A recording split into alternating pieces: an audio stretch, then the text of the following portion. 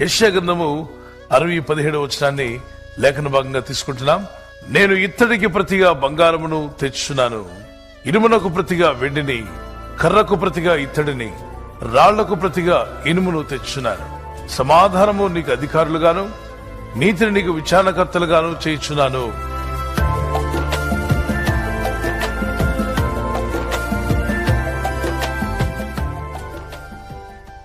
మనం సృష్టికర్తని దేవుని చేయి పట్టుకొని జీవిస్తున్నట్లయితే ఇదిగోండి, ఈ వాగ్దానాలన్నీ మీ పట్ల నెరవేరుతాయి.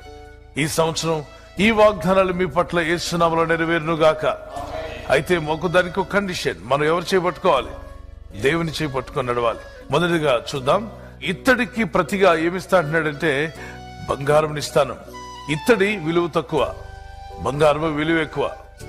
ప్రస్తుతానికి మన స్థితి, మీకున్న ఆత్మీయ స్థితి కావచ్చు, భౌతిక స్థితి కావచ్చు, మరి ఆర్థిక విషయాలు కావచ్చు, మీకున్నటువంటి ఘనత కావచ్చు, అది ఇత్తడికి ఉన్నటువంటి ఘనత, ఇత్తడికి ఉన్నటువంటి స్థాయి, ఇత్తడికి ఉన్నటువంటి విలువ మీకుంటే దేవుడు దానికి బదులుగా బంగారమును అన్నాడు.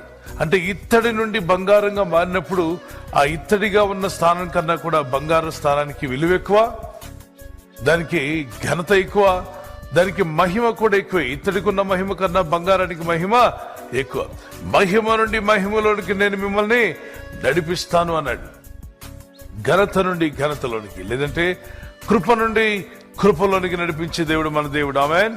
సో ఈ సంవత్సరం ఎవరైతే దేవుని చేయి గట్టిగా పట్టుకొని ఆయనతో నడుస్తారో, ఆయన వాక్యానుసారంగా జీవించాలని ఇష్టపడతారో, దేవుణ్ణి సంతోషపరిచేవారుగా నిర్ణయం తీసుకుని జీవిస్తారో, వారికి ప్రభు ఇచ్చిన వాగ్దానం, ఇత్తడిగా ఉన్న మీ స్థాయి, మీ స్థితి, మీ విలువ బంగారానుకున్న స్థాయికి, బంగారానుకున్నటువంటి విలువకు మార్చబడుతుంది.